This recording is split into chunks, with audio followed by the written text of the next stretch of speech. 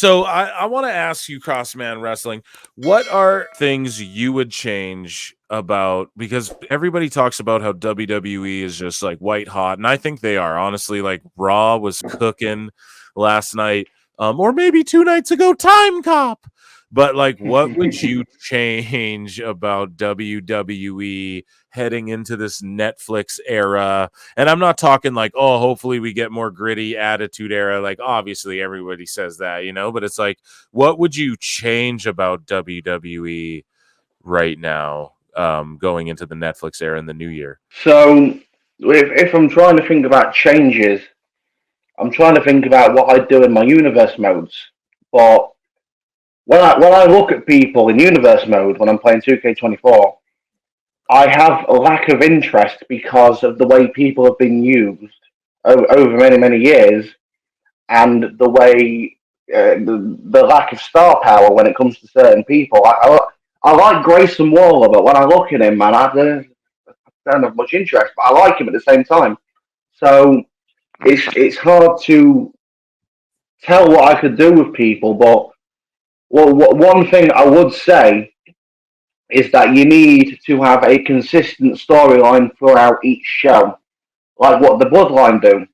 You'd have them at the start of the show, you'd have them throughout the mid, throughout the show, and then they'd more likely end the show because it keeps the viewer interested in the entire show rather than watching one segment and then skipping out, or doing what I did this morning and watch a couple of YouTube clips of Raw and think, right, okay, cool, I'm done for the day. So WWE really needs to generate more interest into their weekly shows, because have you seen the ratings for Raw and SmackDown recently? They're bad. I think Raw got 1.4, SmackDown got 1.4, and I get Raw, they're on 1.4 because they're going against the Monday Night American Football. Yeah. Is that right? Yeah. But SmackDown, they are not. So and like political shit, right? Change. There's like political and stuff right now, but yeah, SmackDown, I guess Meltzer was like there was no other competition or whatever. So yeah, but yeah, I know the ratings are down from the 2 million mark. Like, what's considered good anymore? That's what I don't even know. Well, the ratings down one because Fox. Don't quote me on this because I don't live in America, but I believe Fox is free TV. USA you have to pay for, I believe. So that's one thing. However, it shouldn't be 1.4. I mean, Raw would get right. 1.7, 1.8 last year. I don't understand why it's 1.4. Do you think Triple H is doing well? Are you excited for this going to Netflix? How does it affect you in the UK? It all going to Netflix. In Canada, bro, I get everything on Netflix now. Yes, I know. January. You do too. So PLE, SmackDown, NXT, Raw, it's all just right there on Netflix. Love it. Like, I don't give about the TV ratings now, like I don't even watch that on TV anymore. So that's me personally. But so you're in the same boat as me, so that's good. Sorry, America. It's just Raw for them, and then like whatever little side quest shows they're gonna make. But I guess let's flip it on its ear. What change would you make to AEW going into 2025? What would CrossFit do? You had control. Like, what change? What's the big thing you would do to, I guess, restore the feeling, as they like to say? What would be your game change? That feeling that they want to restore will never be restored. Never. It's like crack, baby. It's the first hit. It's the best. It never feels the same again. Because AEW was a rebellious movement because of Vince McMahon. People couldn't stand Vince's WWE. Vince is gone. WWE is a lot better. And now there's like 600,000 people, 500,000 people that are still trying to be rebellious, but it's just not working anymore because there's nothing really to rebel against. I mean, WWE is a lot better than what it was 2 years ago. But the main thing I would put in place in AEW, and I said this, I think 2 years ago, was a brand split.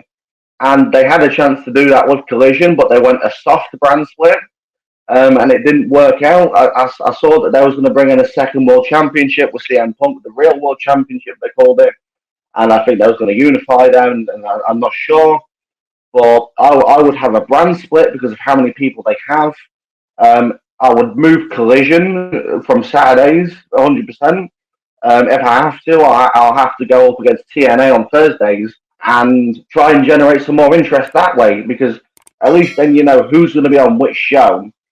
And you also need to stop bringing in all these Japanese and lucha guys. Nobody fucking knows. Nobody cares. Nobody can pronounce their names.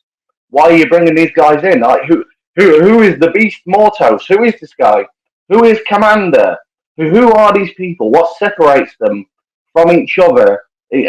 So I don't have to sit there and say that they're all best lucha guys. Brand split. I've been saying that too, but I don't know. Maybe this new show, it seems like Rampage is going away. What do you think about that? Rampage is going to be gone. Collision seems like it's sticking around. We have this new show, Shockwave, I guess, which might be a thing. And apparently they put the Ring of Honor world title on Jericho to try and garner interest in a Ring of Honor television deal. Do you see any of that panning out? And if you were Tony, would you even be focused on television deals, or would you go like, hey, let's just start uploading Ring of Honor to YouTube? I would start uploading Ring of Honor to YouTube. I think that would be the better way than, because how much is Honor Club? Is it close to $9.99 or something like that? Yeah, I think it's like $10 or $20. Yeah, why would anyone pay that to watch Ring of Honor?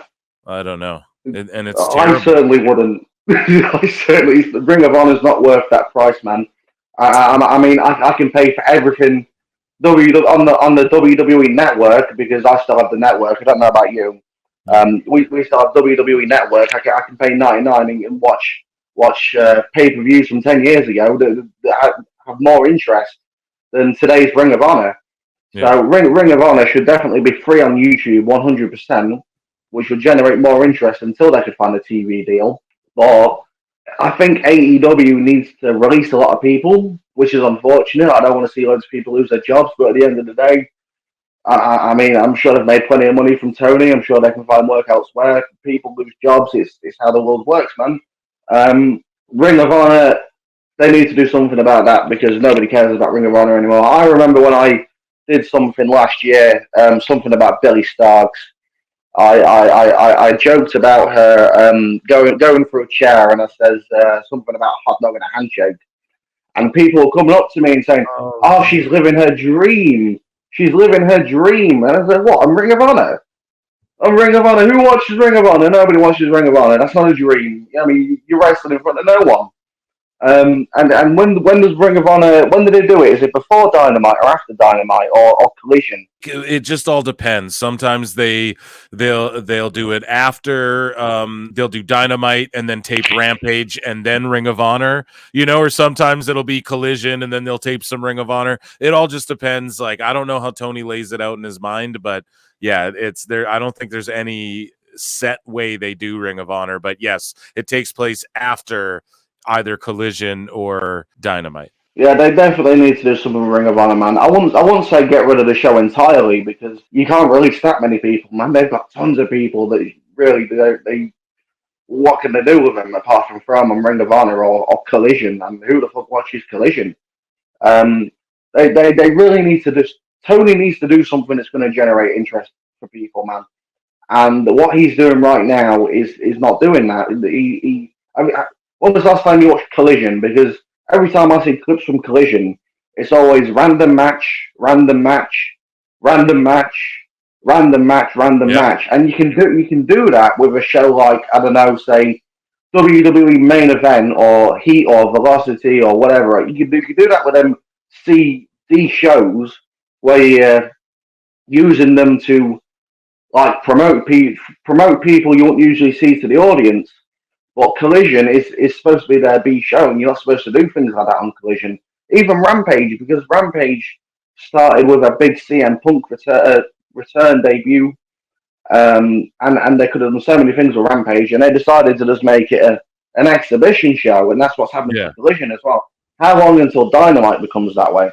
Dude, it's almost becoming that way. Like, if Bobby Lashley and them didn't show up, they are telling stories. They're trying to do backstage stuff. They're trying to do, vignettes and stuff like that on Dynamite. You can tell. But yeah, they're on Collision.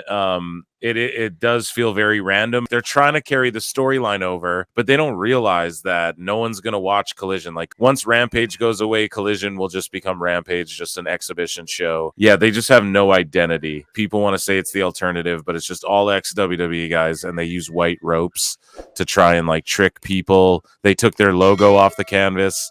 so that if you're scrolling channels, you go, oh, is this WWE? That's what they're doing, man. And when you get like that, it just feels reeky of desperation. Yeah, that's my assessment of it all. And I agree, man. Going into 2025, I really hope that they can like mix it up or shake it up or do something different. If it was me, I'd put the whole company on hold for like 6 months to a year, and then I'd come back again and I don't know, try and figure it out. But overall, with the whole Neo Moxley Whitepool Combat Clan storyline they're choosing to tell, what are your thoughts on all of that storyline? And then basically the Hurt Syndicate's coming in. A lot of people think the Hurt Syndicate will thwart the Whitepool Club, but the AEW mole, there's a mole actually who I've been covering on my show. I don't know if you're familiar with this, but he's been like leaking all this AEW stuff, and it's been accurate, like 100%. Dude's batting average is like insane, right? So he's been like right about all this stuff, and one of the things he's been saying is that it's actually the Young Bucks are going to be the saviors of AEW against the Whitepool Club or whatever. What are your thoughts on the whole like Neo Moxley gimmick? First off, in 2024, what are they going to do to pay this all off? Is it the Hurt Syndicate, so WWE guys come in and save your company, or is it the Bucks who just invaded the company and attacked the boss themselves? They're going to be the ones to save the company. They're sort of in a situation, no? Yeah, they are in a really bad situation. I don't understand why they've gone with this second AEW takeover angle in the same year. It's ridiculous. It's like they don't have any ideas whatsoever, and I have zero interest in it. Now, if what you're saying is true, because it's not just you I've heard saying this. I've recently been watching JD again and Jesse and their Dynamite reviews. They've said this, that it could be the Young Bucks, and it's looking like it's the Young Bucks that are going to save AEW, even though they was trying to take over AEW just a few months ago. Wouldn't make any sense whatsoever. If they go with that, they're done. They're really done, man. If they go with that, I don't know anyone who could be a good counter for John Moxley and the Blackpool Combat to stop them. I mean, Darby Allin, he's a small guy. Exactly that. He's a small guy. I don't see him being believable against John Moxley. Orange Cassidy, what's he supposed to do? Daniel Garcia, who's Daniel Garcia, man? I mean, what are they supposed to do? I don't understand. Obviously, I know who Daniel Garcia is. I'm just joking, but yeah. I don't understand what they're supposed to do.